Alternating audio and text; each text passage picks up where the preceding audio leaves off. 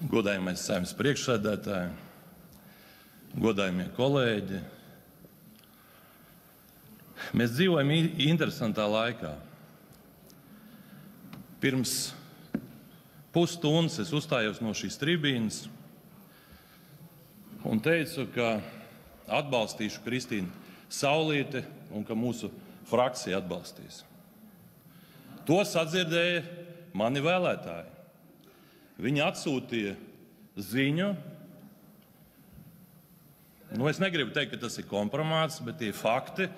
Un izrādās, ka Kristīna Saulīte caur www.jābalso.lv priekšvēlēšanu laikā aktīvi aģitēja pret mani un pret partiju Latviju pirmajā vietā.